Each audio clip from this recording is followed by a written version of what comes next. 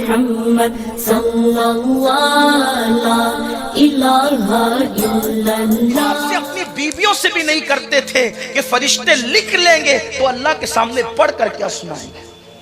اور وہ کون سی گندگی ہے جو مسلم جوانوں کی زبان سے نہیں نکل رہی ہے. کتنی گندی گندی گالیاں، کتنی گندی گندی گفتگو.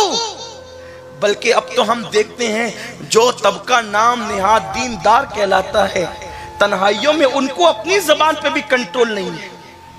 زومانے باتیں، گندی باتیں، گلیز باتیں، بھول گئے خدا کو، اللہ کو فراموش کر گئے. اور سن لو، عوام کے سامنے متقی بن کر، عوام سے تقوی کی سند لے کر کبھی کوئی کامیاب نہیں ہو سکتا. تقوی کی سند عوام سے نہیں ملتی، تقوی کی سند قدرت سے ملا کرتی.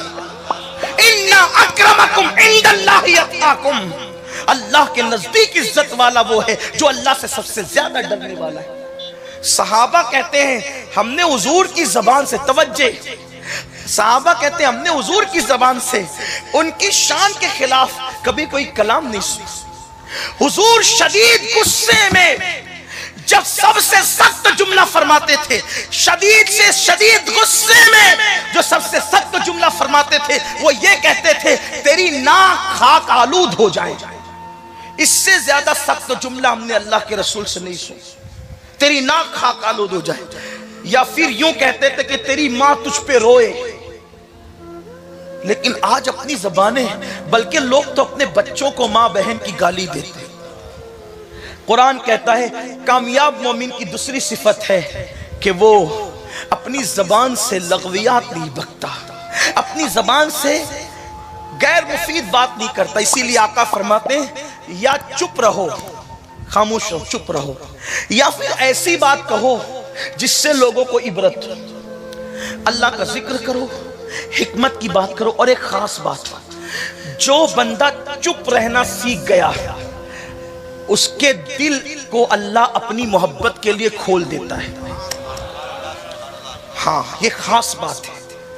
اس لیے کہ جس کو جتنا یار کا پتہ ملتا ہے وہ اپنی زبان اتنی بند کرتا چلا جاتا ہے. جس کو اللہ کی محبت، دیکھ لیں آپ جتنے بھی اسلاف ہمارے ہیں، سرکار غریب نواز کے ملفوظات آپ دیکھیں، اچھی بات کہتے تھے پھر بھی 10 منٹ سے زیادہ کا نہیں ہے. یہ تو ہم لوگ ہیں کہ جو بڑی معذرت کرتے کرتے اور آخری بات کرتے کرتے کبھی کبھی 1.5 گھنٹے تک آپ کو پہنچا دیتے ہیں. لیکن اللہ والوں کی شان کیا تھی؟ بات مختصر کرو.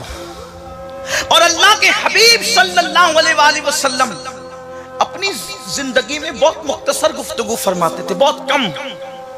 اور ہمیں بھی چاہیے کہ ہم گفتگو مختصر کریں، اس لیے کہ جو بات جتنی کم کرے گا وہ اتنا زیادہ محفوظ رہے گا، جو جتنا خاموش رہے گا وہ اتنا زیادہ محفوظ رہے گا. کچھ لوگوں کی عادت ہوتی ہے وہ بڑبڑ بہت کرتے، باتیں بہت کرتے ہیں، نہ وہ دوسروں کو چین سے بیٹھنے دیتے نہ خود چین سے بیٹھتے ہیں. حالانکہ کم بولو، کم گفتگو اللہ کو پسند ہے، کم بولنا اللہ کو پسند ہے. اسی لیے کسی بہت بڑے بزرگ نے کہا اللہ نے ہاتھ کو کھلا کھلا پیدا کیا، اللہ نے پیر کو کھلا کھلا پیدا کیا، اور 2 ہاتھ 2 پیر عطا کیے، 2 آنکھیں عطا کی، لیکن ایک زبان عطا کی. اور پھر ایک زبان کو بھی اللہ نے کھلا کھلا پیدا نہیں کیا، 32 دانتوں کی زنجیروں میں اس کو جکڑ دیا، پھر بھی اتنی بولتی ہے. آقا کریم فرماتے ہیں جب صبح ہوتی ہے تو سارے اعضاء ہاتھ جوڑ کر کہتے زبان سے او تو سلامت رہنا، کیونکہ تو سلامت رہی تو ہم بھی سلامت رہیں گے، ورنہ غلطی تو کرتی ہے سزا ہم نے بھگتنا پڑتی ہے. میرے پیارے آقا علیہ السلام کے پیارے دیوانوں، اس لیے اپنی زبان کی حفاظت کرو. جو زبان کی حفاظت کرتے ہیں ان کے دل اللہ کی محبت کے لیے کھول دیے جاتے ہیں. اور اگر گفتگو کرو تو میٹھی گفتگو کرو، بات کرو تو اچھی بات کرو، بات کرو تو دل خوش کرنے کی بات کرو. اس کے بعد تیسری صفت قرآن کامیاب مومن کی بیان کرتا ہے. تیسری صفت کیا ہے کامیاب مومن کی؟ اللہ رب العزت ارشاد فرماتا ہے اور وہ لوگ ہیں جو اپنے دلوں کو پاک کر لیتے ہیں، جو اپنے دلوں کو صاف کر لیتے ہیں. یہ مومن کی تیسری صفت ہے کامیاب مومن کی. اب یہاں پر میں آپ کی بہت توجہ چاہتا ہوں. اللہ اللہ